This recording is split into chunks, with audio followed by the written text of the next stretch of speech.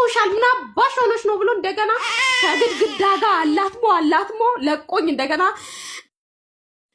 ለሊት ነው ጅብ አለ በጣም ነው የሚያስፈራው ሰፈሩ አዲስ ነው ብዬሻለሁ እንደገና ጎረቤት እንደገና ካላመጣችሁ ጭቅጭቅ በቃ አንድ ጎረምሳ አለ እዚህ በር ብደርስ አሁን ደምህን ነው የምጠጣው ከገባ ገባ ብሎት ድጋሚ ሄዶ አሁንም ሽማግሌ ሰብስቦ ይሄ ያልሰበሰባቸው ዛሬ ከሰበሰባቸው የሆነ ሰዓት ደግሞ ሲሰበስብ ሌላ ሽማግሌ ነው ሰብስቦ ይዞ የሚመጣው እኔም በቃ ውስጤ አይቆርጥም ምን እንደሆነም በቃ ግራ ነው የገባኝ ማለት ነው እና የመጨረሻው ልጄ ጊዜ ልንገርሽ ያኔ እንትን ሆነ ማለት ነው በቃ ፍቺ ፈጽሚ በቃ እኔም መፈጸም አለብኝ እናት አባቴን ልጠይቅ በሄድኩበት ብዬሻለሁ አባቴ ያመዋል ልጠይቅ ሄጄ የት ሄደሽ ነበር አለኝ እሑድ ቀን ነበረ አባቴን ልጠይቅ ከኔ ፍቃድ ውጪ ማን አባሽ አዞሽ ነው የምትሄጂው አባቴን ለመጠየቅ ያንተ ፍቃድ ያስፈልገኛል እንዴ አንተ የፈለክበት ቦታ አይደል ሄደ የምትመጣ ስለው በይ አሁን ኮተሽን ሰብስበሽ ውጪ ልሄድ አልኩታ ልሄድ ልጆቼን ጥዬ ልሄድ በዚህ ሰዓት 9 ሰዓት ነው እንግዲህ በፌስታል ልብሴን ይዤ የሰራሁበት ቤት ነው እንግዲህ በፌስታል ልብሴን ይዤ 9 ሰዓት ጅብ ሳይበላኝ ጓደኛዬ ከኔ በታች ትንሽ ራቅ ብሎ አለች 1 ኪሎ ሜትር ምናምን አካባቢ የሚርቅ እዛ ሄጄ አድሬ በማክስቱ ፍርድ እንትን ፖሊስ ጣቢያ ሄጄ አመልክቼ እናት አባቴም ተቃጥለው እህቴም ተቃጥላ መጣች ከሌላ ቦታ ነበር የምትኖረው አይዞሽ ቤት ተከራይተሽ ትኖሪያለሽ ቤቱን ትካፈሉታላችሁ ምንም አደርገውም ዱቄት ይሸጣል አቡ እግዚአብሔርን ዱቄት ይሸጣል ከናት ከአባቴ ቤት ያመጣሁትን ዱቄት ጤፍ ይሸጣል ይሰጡኛል በአመት 1 ኪሎ 100 ኪሎ ግራም 100 ኪሎ እንትን ጤፍ ይሰጡኛል ባላቸው አቅም በጣም ይረዱኛል ልጆችም አሉብኝ እሱም እንደዚህ ነው ስለዚህ እንደዛ ብለው ፍርኖ ዱቄት 10 ኪሎም ገዛው ምንም አደረኩ ከእንትን ጋር ከበቆሎ ጋር ተደርጎ ለልጆች አምባሻ ያንን አምባሻ ይዞ ሄዶ ባረቄ ይለውጣል አረቄ የሚሸጡ ሴቶች አሉ ሰፈር ላይ ባረቄ ይለውጣል የኔ ታሪክ ማንንም ሰምቶት ማንንም ደርሶበትም አያቅም ምን ያላቅም ምንም የለም ቤት ውስጥ ቆራሊዮ ከመጣ እቃ ማጠቢያ እቺ እንትኗ ሳፋው አይለችም ሳፋ ይሸጣል ሳፋ ቁጭ ብሎ ይሸጣል እኔ ያላቅም ከዛ እሺ በቃ እኔ ፍቺ ነው የምፈልገው ብዬ ቆርጬ ፍቺ ደብዳቤ ሰጣሁት እኔ በቃ ፈራው ልክ ሳያ የሚገለኝ ይሄ ከተለያየን አሲድ ነው መደፋብሽ ከተለያየን ገልሻለሁ ስለሚለኝ በቃ ምንድነው ያደረኩት ከእንትን ጋር ካንድ እንትን ጋር የፖሊስ አባል ጋር ሄጄ ሰጣሁት ሄጄ ስሰጣው ፈልገሽ ነው አለኝ አዎ ፈልጌው ነው እሺ በዛ ሰዓት ቤት ተከራይቼ ነው የወጣሁት በወጣሁበት ሰዓት ሳህን አልቀረም ተሽጧል ሳህን አልቀረም ሳህን ተደራራቢ ሳህኖች ሌላ እንትን ቲቪ ስበሩት ነው የሚላቸው ለልጆቹ ስበሩት ባሉት ለሷ ደግሞ እናትሽ እንደዚህ ትሁን በላት አቁም ልጆቹ ይሉኛል ከዛ እንደዛ የሆነ ያው የፍርድ ቤት ወረቀቱን ሰጠሁት ስሰጣው እሺ አምነሽበት ነው አለኝ በሱ ፊት አዎ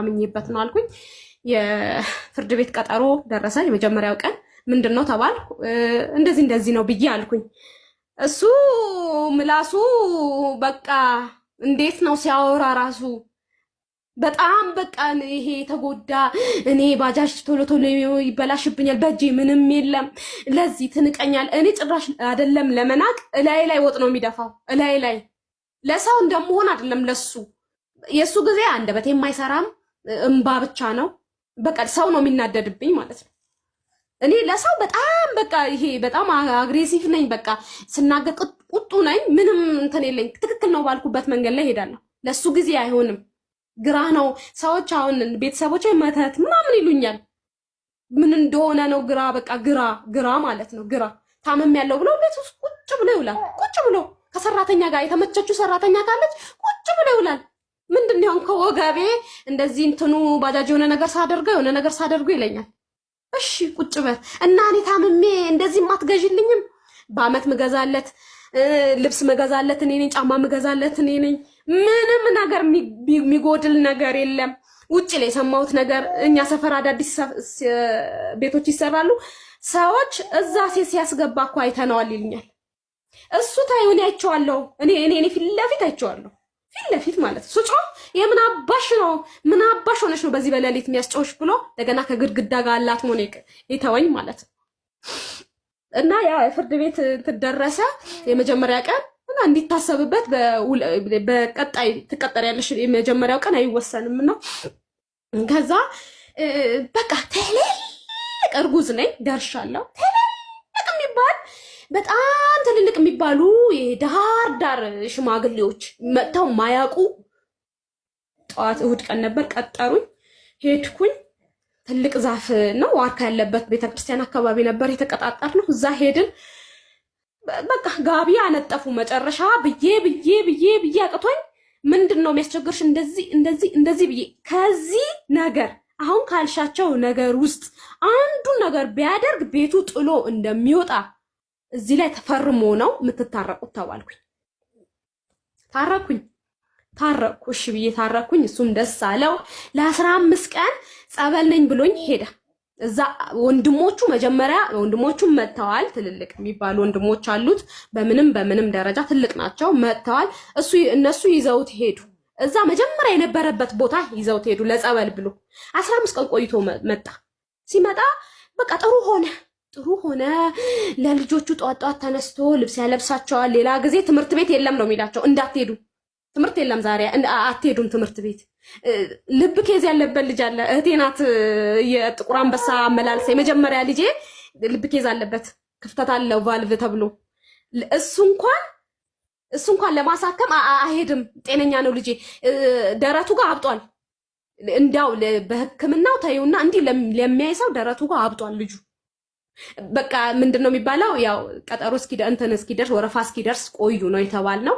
እህቴ ናት ሄዳ የምታመላልሰው። ልክ እህቴ ልትመጣ ቀጠሮ ደርሶ በየ6 ወሩ ነው የሚታየው። ቀጠሮ ደርሶ ልትወስደው ስትመጣ ገና እኔ ሰጥቼው ነው 2000 ብር 3000 ብር አምጪ ብሎ ለሱ ለሚሄደው ማለት ነው። አለበለዚያ አይሄድም ልጁ አይሄድም። እና ለልጁም በቃ እኔ መሄድ አለብኝ የቀጠሮ ካርዶች ሰብስባ ትስጠኝ አለ። ሰብስባ ሰጠችው። እኔ ነኝ የምሄደው አዲስ አበባ አለ። እሺ ተባለ። ለልጆቹን ጧት ልብስ ማልበስ ጀመር። ሌላ ቀን አይሄዱም ነው የሚለኝ። ይረፍድባቸዋል፣ እኔም ስራ ይረፍድብኛል ምናምን እንዲህ አስተጓጉሎን በቃ ጭንቅላቴ ተረባብሾ ብቻዬ ሳወራ ነው ሙለው ቢሮ ውስጥ ቁጭ ብዬ ብቻዬ አወራለሁ። ቤት ብገባ ሰላም የለኝም፣ በወጣም ሰላም የለኝም። እንዲያው ሲያመሽ ደስ ነው የሚለኝ። አምሽቶ ሲመጣ 9-10 ሰዓት ሲቆይ ደስ ይለኛል። እስከዛ ሰዓት ድረስ ቢያንስ እንቅልፍተኛል። ከዛ ከመጣ በኋላ ሲፈትሽ ጂፓሱ እስከ መጨረሻው ከፍቶ የበሩ መስታወት ይነቃነቃል። ልጆች መተኛት አይችሉም፣ ይጨፍራሉ ከሱ ጋር ይወዱታል። ደግሞ በጣም ይጨፍራሉ ተነስተው። በቃ የእብድ ቤት ነው ቤቱ ማለት ነው። በቃ በዚህ ናውዞ ጭንቅላቴ ናውዞ ጠዋት የለም አይኔ ቀልቶ ፊቴ አብጦ ፊቴ የሆነ ነገር ይመስላል። እንደዛ ያ እግሬ ያልኩሽ በዛም ቆሟል። በዛ ነው በቃ ይሰድበኛል። ያ እግሬ አንስቶ እኔ ያኔ አሁን ምንድነው በኮንፊደንስ እግዚአብሔር ነው አይደል ያመጣ። ደግሞ ምንም በሽታ አይደለም ነጽቶ ነው አለቀ። ደግሞ ክፍት አሁን ክፍት ማድረግ ጀምሬያለሁ። የለም እየጠቆረ ትንሽ ነው የቀረው። ሲያምር ደግሞ እግሬ በጣም ያማምራሉ እግሮቼ። እና እሱ አንስቶ ለማሸማቀቅ እጅግ በጣም ይሄዳል ማለት ነው። የሚተፋቸው በቃ ይሄ ማይባሉት አሁን ልጠቅሰው በማልችለው ሁኔታ ማለት ነው። እና ለልጆቹ እናትሽ እንደዚህ ትሁን ማለት በዛ 15 ቀን ቆይቶ በመጣበት ሰዓት ደህና ሆነ ውሽ ተመስገን በቃ እሱ ባመነበት ብዬ እኔም የሆነ ነገር አንስቶ ሲያነብ እኔም እያነበብኩ ሲሰግድ እኔም ቁጭ ብዬ ከሱ ጋር እየሰገድኩኝ ለወር አልቆየም፣ 1 ወር አልቆየም። እኔም ወለድኩኝ። በቃ አነሳበት መነሳሳት ጀመረ።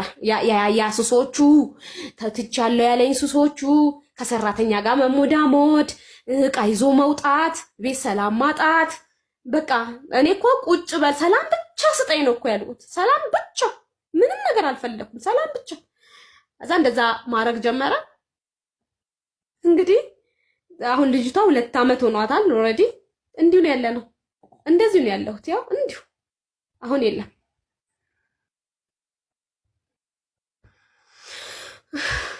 በመጀመሪያ ደረጃ እኔ ስምሽን አይቼ አስገቢኝ መተንፈስ እፈልጋለሁ ስትይ ትኩስ ወሬኛ ነሽ፣ ትኩስ ወሬ ነው ስምሽ ብዬ ስላላመንኩሽ ይቅርታ። ዝም ብለሽ ቀልድ ምናምን ስምሽና ያው ሰውን ከስሙ መጽሐፍን ከሽፋኑ ጃጅ ማድረግ እንደሌለብኝ ተምሬያለሁ። ይቅርታ አድርጊልኝ እሺ። መጀመሪያ ኮሜንት ትኩስ ወሬ ሲል በቃ ዝም ብሎ ቀልድ መሰለኝ። ስምሽን አይቼ ስለፈረድኩብሽ ይቅርታ። እና ግን እህቴ ለምንድን ነው እዚህ ድረስ ማለት ይሄ ሁሉ መስዋዕትነት የምትከፊው ለምንድን ነው አልገባኝም። እኔ ራሱ አይገባኝም። አመንሽኝም አላመንሽኝም ልክ እሱን ሳየው በቃ የሆነ የዓለም መጨረሻ የወንዶች መጨረሻ የዓለም ይሄ የህይወቴ መጨረሻ የለም የህይወቴ መጨረሻ መደምደሚያ ከሱ ከተለየውኝ ህይወት እንደሌለ የሚያስፈራሩኝ ነገር ይሄ ማህፀንሽ እንትን ነው ማስገባብሽ ይለኛል። ብረት ምንም እንዳታገለጊ ነው ማረግሽ። ህግ ደግሞ የምን ህግ ነው? እስቲ ሚይዘኝ ሰው እንደዚህ አይነት ነገር እኮ ሰምተን እናውቃለን። አሲድ እደፋብሻለሁ፣ ማህፀንሽ ውስጥ ብረት አስገብቼ አበላሽሻለሁ፣ እስከ መጨረሻው እገልሻለሁ፣ አርድሻለሁ፣ ቆምሽ። ይህን ሁሉ ነገር ሰምተናል። ብዙ ሰዎች ሲሉ ሰምተናል። ታሪክ ላይም ሰምተናል። የደረሰባቸውም አሉ። ግን ኦልሬዲ የሰው ልጅ ካለ ያደርገዋል። መጀመሪያ ቃል ከዛ ተግባር ነው።